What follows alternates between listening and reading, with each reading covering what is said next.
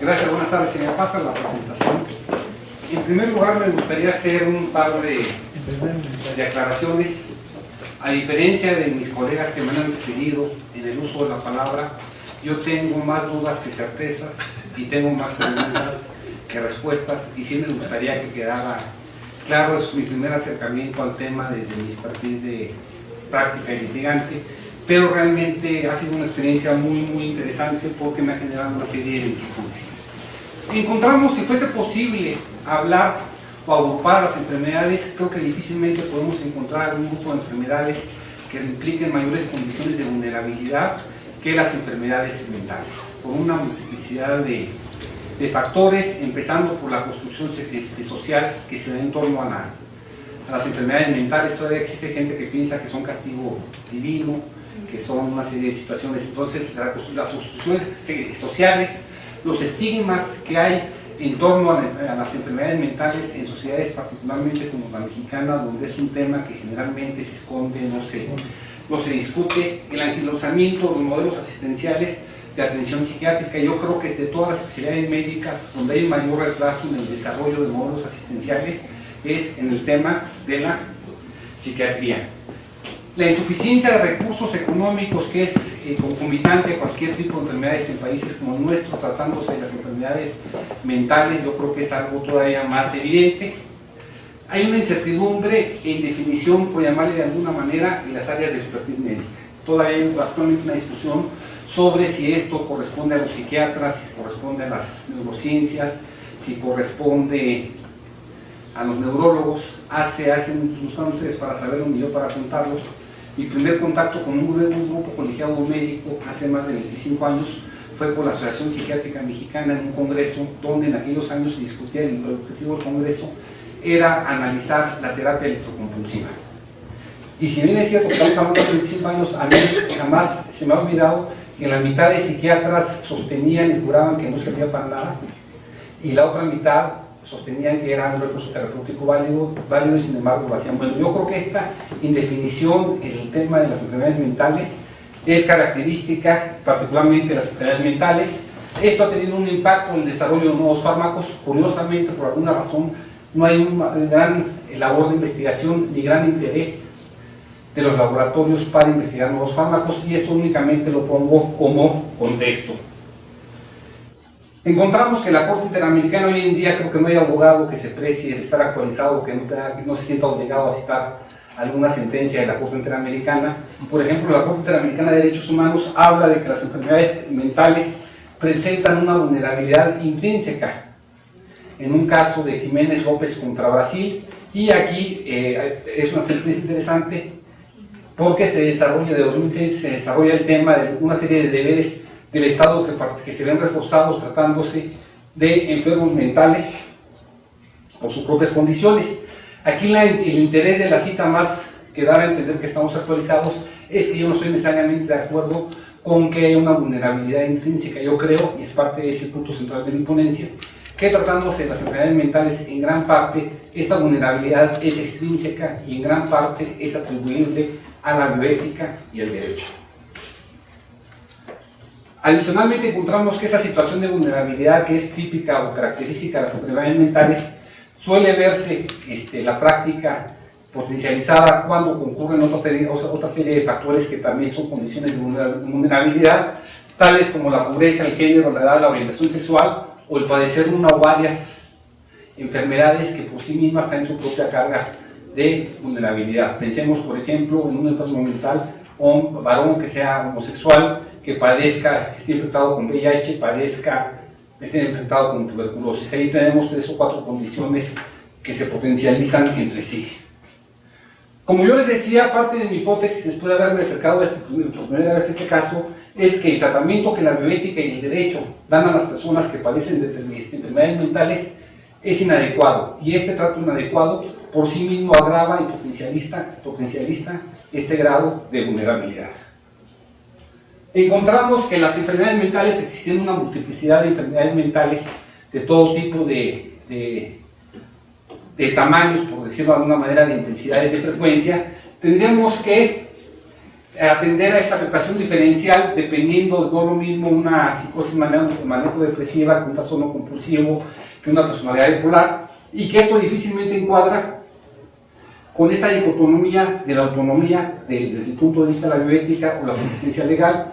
Aquí, por razones de tiempo, voy a referirme básicamente al tema de la competencia legal, pidiendo o haciendo un señalamiento que mutatis mutandis, muchos de los comentarios que voy a hacer en torno a la competencia legal también resultan aplicables a la autonomía. El derecho no reconoce estas matices, estas diferencias cualitativas entre una enfermedad y otra. Menos reconoce aún que hay enfermedades mentales complicadas que tienen momentos críticos, pero que están sujetas a un carácter dinámico en cuanto a temporalidad e intensidad. Hay pacientes, un paciente con esquizofrenia, un paciente bipolar, puede tener temporadas donde no tiene manifestaciones ni afectaciones y puede tener crisis intensas. Esto nos tendría que llevar, nos lleva a que de hecho fenomenológicamente hay un carácter polifacético de las enfermedades mentales que implican entre ellas grandes diferencias, y aún mismo entre una misma enfermedad, atendiendo a las condiciones de los enfermos, habría una multiplicidad de tratamientos que se tendrían que dar. Sin embargo, el derecho y la bioética abordan ese tema en categorías conceptuales binarias, donde la capacidad legal, de acuerdo al derecho, al menos al derecho mexicano, se tiene o no se tiene. Es un concepto de todo o nada, y yo creo que esto es totalmente contrario a la realidad, y es una de las condiciones que potencializa esta situación de vulnerabilidad. Lo mismo pasa con la autonomía personal. Tanto la bioética como el derecho dan un tratamiento indiferenciado, estático e insuficiente. Y aquí empiezan las preguntas que por tiempo tampoco voy a poder contestar. ¿Pueden existir categorías o niveles múltiples de capacidad legal? Yo en lo personal creo que sí, sería necesario empezar a trabajar ya no solo con esos conceptos binarios de competente e incompetente, sino que tenemos que estar creando conceptos intermedios o graduales. En España en algunos conceptos habla de minusvalía, de estado de dependencia. Aquí tenemos que hacer un estudio de reflexión y encontrar estas categorías que permitieran hacer esto operativo. De antemano yo estoy en contra pasa actualmente en el caso de los menores de edad, la Convención de los Derechos del Niño dice o establece que se debe atender a su grado de madurez. Esto es demasiado casuístico y opera difícilmente en la práctica. ¿Pueden existir categorías intermedias entre la autonomía y la carencia de esta? A riesgo de parecer un hereje para los bioéticos, yo preguntaría, ¿podemos hablar de una persona parcialmente autónoma? ¿De una persona semiautónoma? Hablando de incapacidad legal, encontramos que, contrariamente a lo que se piensa, los supuestos de incapacidad legal son por mucho más amplios que los supuestos de enfermedad mental. Y generalmente se utiliza la dualidad entre capacidad de goce y capacidad de ejercicio. Todos los estudiantes de derecho, las primeras cosas que aprendemos es que la capacidad de goce es la capacidad de ser titular de derechos y obligaciones, en tanto que la capacidad de ejercicio es la capacidad de hacerlo valer por sí mismo. Esta distinción, que es propia del derecho civil, del derecho de carácter patrimonial, puede ser útil en ese ámbito, pero creo que es otra de las problemáticas o de los cuellos de botella conceptuales que encontramos en el tema de la vulnerabilidad de los enfermos mentales. Supuestos legales diversos de incapacidad legal, algunos de ellos de dudosa constitucionalidad. Hicimos una revisión de todos los códigos civiles. Aquí nuevamente encontramos que el problema del sistema federal, donde tenemos 33 regulaciones distintas. Por ejemplo, hay algunos estados donde todavía el ser sordomudo y no saber leer ni escribir es causa de incapacidad legal, ser ebrio consuetudinario, hacer uso moderado de drogas enervantes. En el caso de Tamaulipas, el único supuesto que reconoce la legislación es tener una discapacidad intelectual con un rango por debajo de 70 de coeficiente intelectual. Curiosamente, Yucatán es causa de incapacidad legal el tener adicción compulsiva a los juegos de azar. Y aquí también esta multiplicidad de normas y supuestos creo que también es algo que habría que estudiar. Esta es la definición más común de incapacidad empleada por 11 legislaciones de las 33 aplicables en el país, y aquí hago énfasis en lo que está subrayado con amarillo. Dice: tienen incapacidad natural legal los mayores de edad, disminuidos o perturbados en su inteligencia, aunque tengan intervalos lúcidos. Y uno de los problemas que vamos a encontrar en el caso, en el área jurídica, que también creo que se replica en los análisis bioéticos, es que volvemos a que es un concepto de todo o nada. De acuerdo a ese concepto, una persona que tenga esta disminución, esta perturbación, así tenga momentos lúcidos, en esos momentos lúcidos seguirá siendo considerado como incapaz. Curiosamente, en esta investigación encontré que esto viene al menos desde Planone y Ripper. Para unos abogados de determinada edad, sabíamos que son autores de fines del siglo XIX. Seguramente habrán antecedentes del derecho romano que diferencian entre la capacidad de hecho y la incapacidad de derecho. Estos autores en aquellos años, fines del siglo XIX, decían que la incapacidad de hecho resulta del estado mental, puede ser intermitente. Puede haber momentos donde la persona tenga capacidad o capacidad de entender, de querer entender, y otros momentos en que no. Y que a diferencia de eso, la incapacidad de derecho suprime los intervalos lúcidos, por lo que equivale a una presunción de locura permanente. Encontré una serie de tesis, no muchas por ciento, de los años 40, 50, 60, 70 en este país, donde los tribunales mexicanos dicen: si esta persona fue declarada incapaz, mientras que no haya una determinación en sentido contrario, en todo momento va a ser considerado incapaz.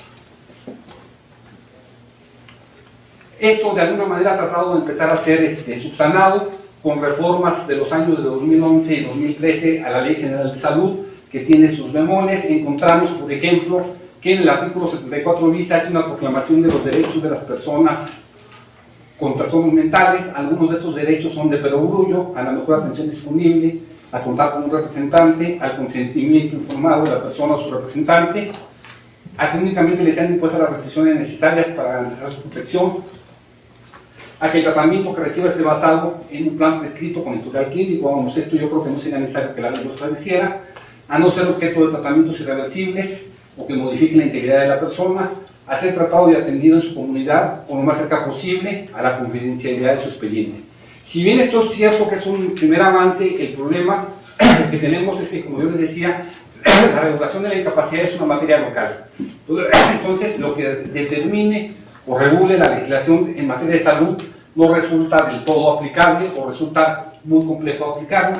Así tenemos el caso del artículo 75, que pretende regular el internamiento voluntario e involuntario de los pacientes con trastornos mentales.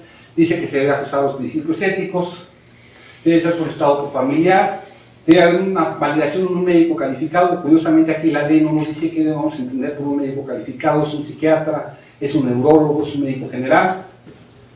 Este médico calificado debe determinar la existencia de trastorno mental y de peligro grave para la persona o para terceros.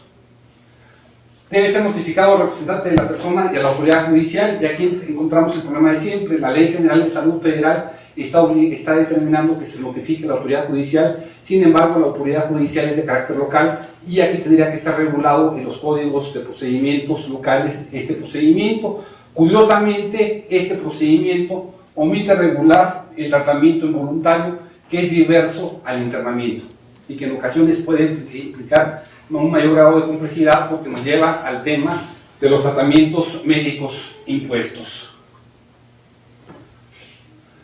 ¿Qué pasa ahora? No toda persona con enfermedad mental va a ser considerada con discapacidad. Si aplicamos las disposiciones de la Convención para Personas con Discapacidad, de la propia Ley General de Salud y de la Ley General de la materia, se requiere que tengan impedimentos para su participación plena y efectiva en la sociedad, en igualdad de condiciones con las restantes personas, para que puedan ser considerados como personas con discapacidad. Esto significa que habrá enfermos con padecimientos mentales leves que no son personas incapacitadas.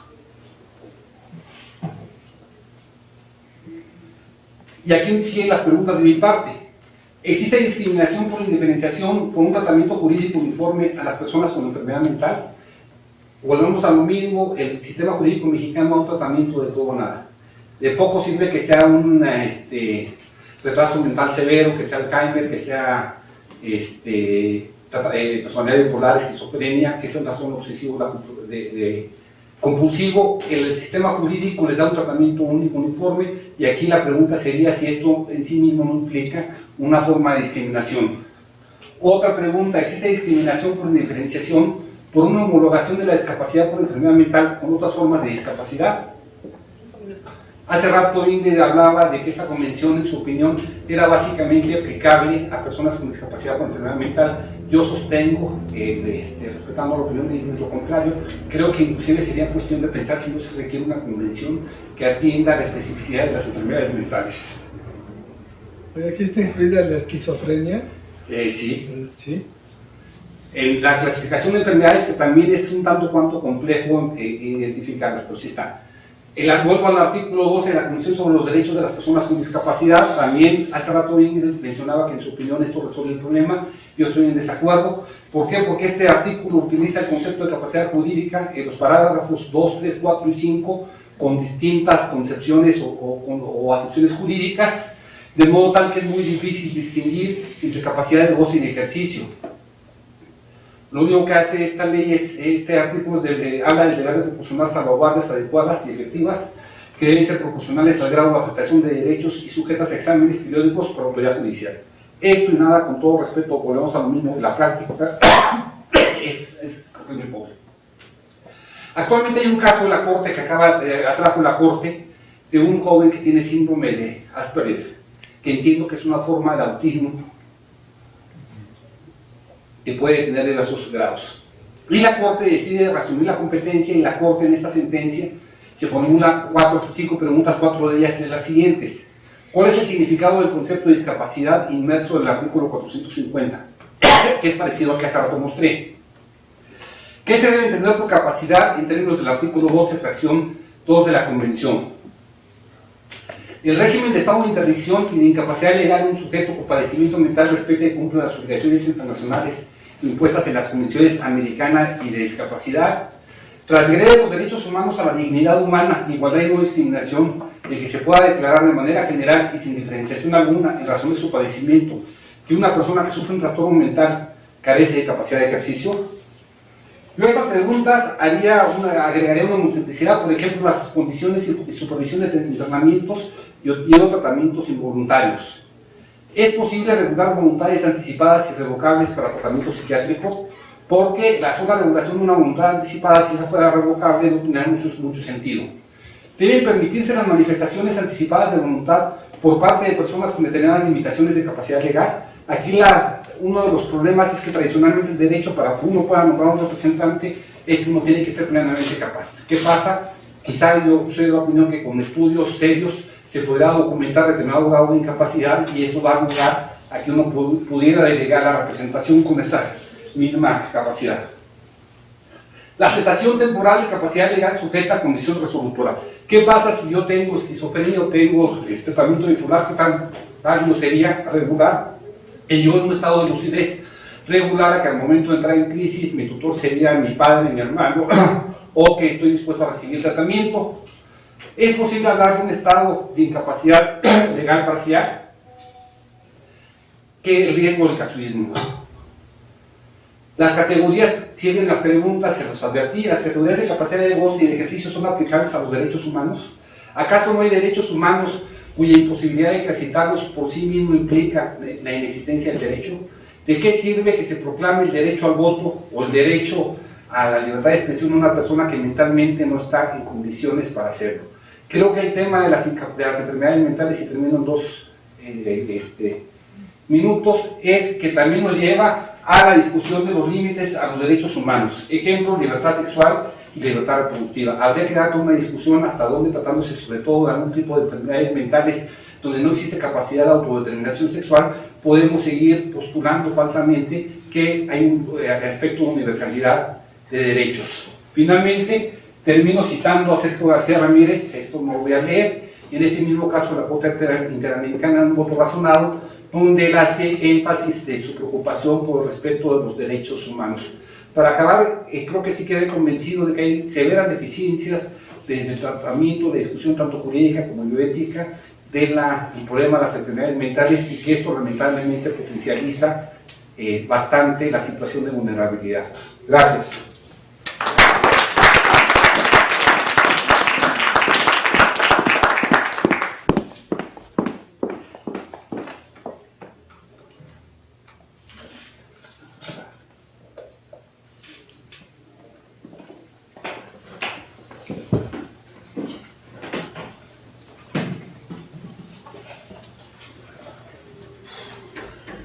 Bueno, continuamos con el doctor Arnoldo Kraus, que va a hablar sobre vergüenza contemporánea. El doctor Kraus es médico por la UNAM, es miembro del Seminario de Cultura de México, de la Comisión para Desaparecidos y Torturados de la ONU. Ha escrito más de 1.400 artículos en diversos medios, revistas, Nexos, Letras y Libre, en La Jornada. Ha escrito 14 libros y su último se llama Decir adiós, decirse adiós. Le damos la bienvenida al doctor Kraus, por favor.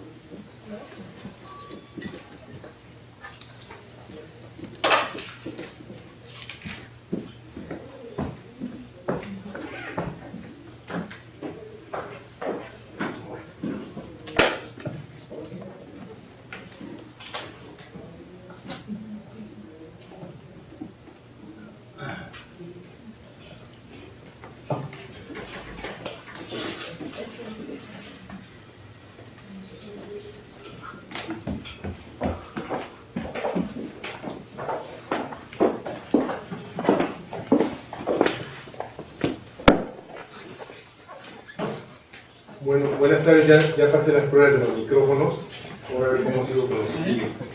Bueno, aquí cuando me invitó Rodolfo Vázquez a hablar del tema de grupos vulnerables, realmente era un tema un tanto desconocido para mí y me di cuenta al irlo elaborando que realmente es un tema que abarca toda la bioética, que la bioética constantemente hablamos de grupos vulnerables, conociendo los nombres adecuados de la inmensa cantidad de grupos vulnerables que existen en el mundo y de los cuales haré mención.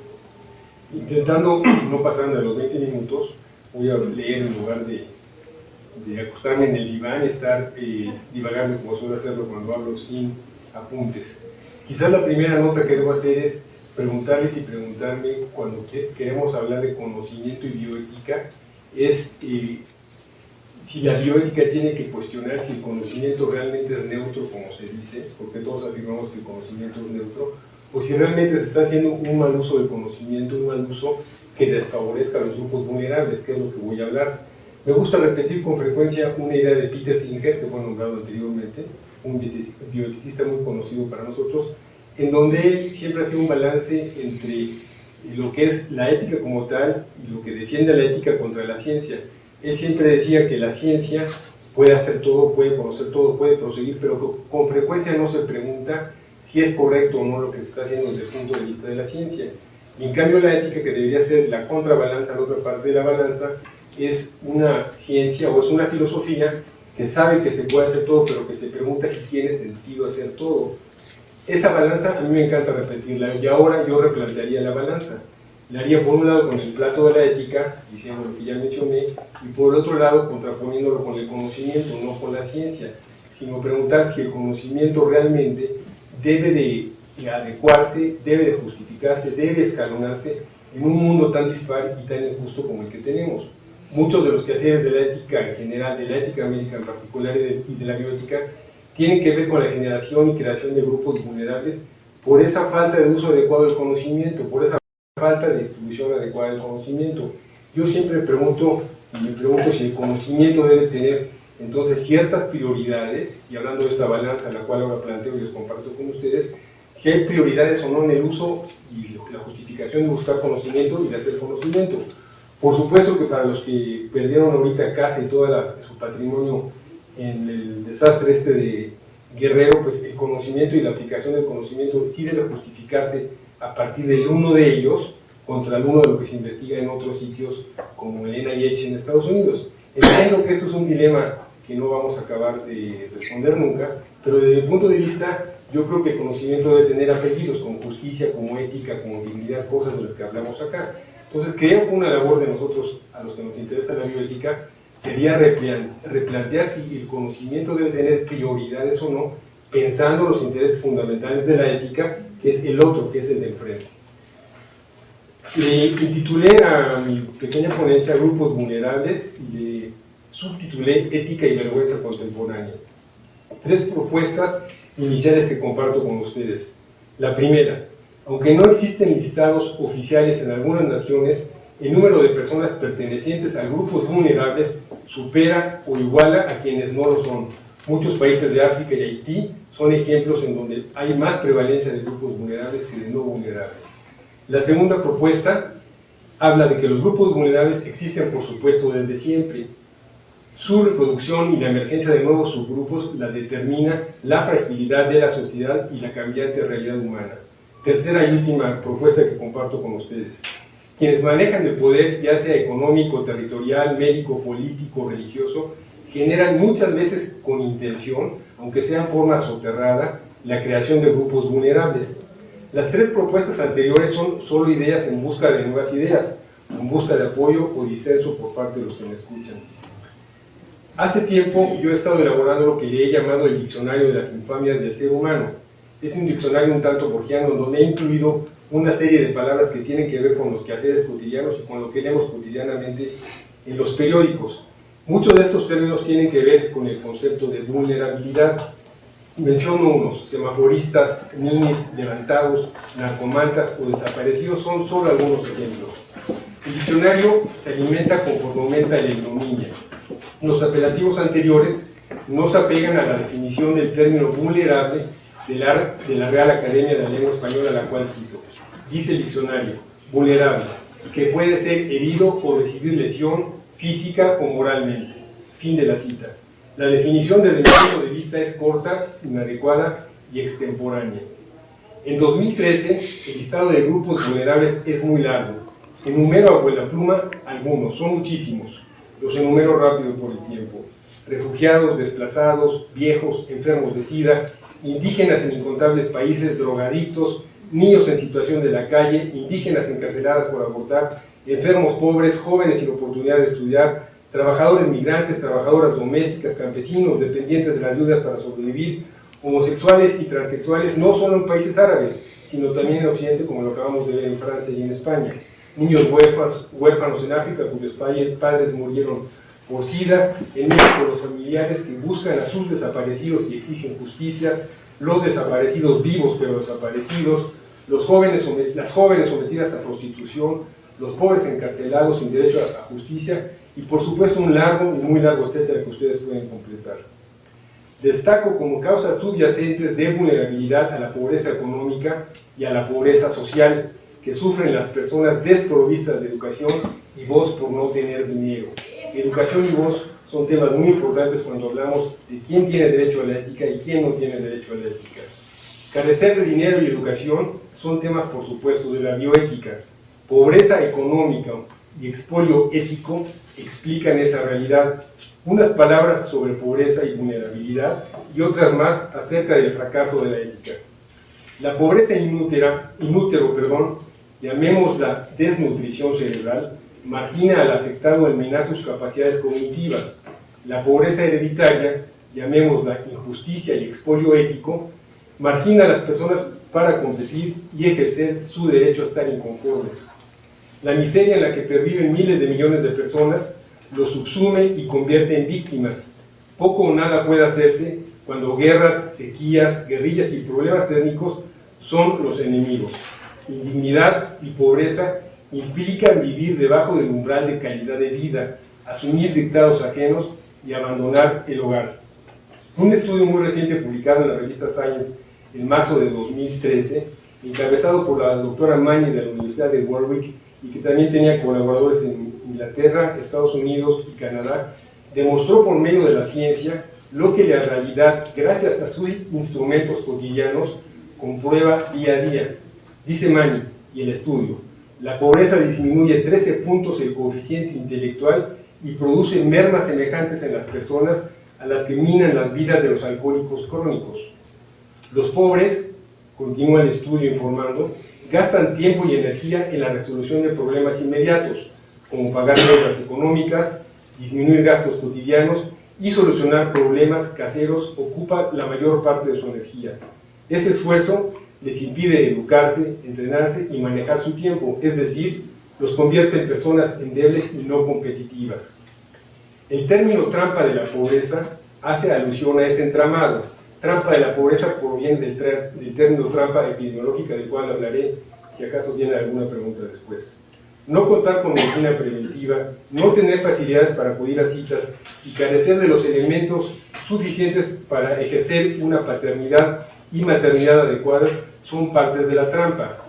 La pobreza en sí misma, escribe Mani, y la cito, al margen de la mala alimentación, el estrés o la influencia del entorno sociocultural, consume recursos mentales y disminuye las capacidades cognitivas. Hasta ahí la cita de Mani. El texto publicado en Science, del cual he estado hablando, se reescribe, como ustedes saben, a diario en Chiapas, en el Mezquital y aquí atrás de la UNAM. Cuando la pobreza domina el entorno familiar y no se ejercen o se carece de bienes como educación, capacidad de movimiento, techo, agua potable y transporte público adecuado, la proclividad hacia la vulnerabilidad aumenta. O bien, dicho de otra forma, simple y real, decir no o decir sí define la clase social y su posible o no vulnerabilidad. Decir sí o poder decir no divide. No contar con vos es signo patognomónico de vulnerabilidad. Franz Fanon, al que quizás ustedes recuerdan, publicó en 1961 un libro muy importante que se llama Los Condenados de la Tierra. En ese libro, Fanon habla de los desheredados de la Tierra, que es por supuesto un concepto de vulnerabilidad, y ofrece una cruda visión de lo que pasaba en Argelia, su país. El prólogo de ese libro estuvo a cargo de Sartre, y ese prólogo es un retrato muy fidedigno del mundo actual. Dice Sartre, a quien cito: no hace mucho tiempo, escribió Sartre, la Tierra estaba poblada por 2.000 millones de habitantes, es decir, continúa Sartre, 500 millones de hombres y 1.500 millones de indígenas. Los primeros disponían del verbo y los otros lo tomaban prestado. Fin de la cita. El universo de la pobreza y de los grupos vulnerables es enorme. Las interacciones entre ambos universos son infinitas. Reescribo las tres propuestas iniciales que comenté al principio. El mal uso del poder, cuando miseria y opresión son aliados, merma, desgasta y crea grupos lábiles o desheredados, como los llama Fanon. Vulnerabilidad conlleva humillación. Quienes padecen humillación tienden a hundirse. Antes hablaba Rodolfo de Primo Levi, y en su libro Los Hundidos, él hace unas reflexiones profundas en cuanto a lo que sucedía en los campos de concentración con estas personas que él llamaba los hundidos. La humillación también divide, al igual que el verbo del cual hablé anteriormente, a la población en dos. Quienes poseen dignidad se insertan en el mundo, quienes se subsumen por carencias son víctimas. Tres ejemplos de grupos vulnerables para comprender mejor lo que he estado diciendo. El primero, en la mayoría de los países, incluso en naciones ricas del primer mundo como Estados Unidos, la calidad de la atención médica es varía mucho. Cuando se comparan en Estados Unidos con blancos, los hispanos y los negros no cuentan con la misma calidad de servicios. Incluso en situaciones individuales, en las salas de urgencias, siguiendo el proceso denominado triage, es decir, escoger quién debe pasarse rápidamente al servicio de urgencias, quién debe llevarse al quirófano, quién debe atenderse, eso es el triage, los blancos siempre tienen preferencia. No tener seguro médico es más frecuente en la población pobre. No contar con protección médica significa no atender las enfermedades a tiempo.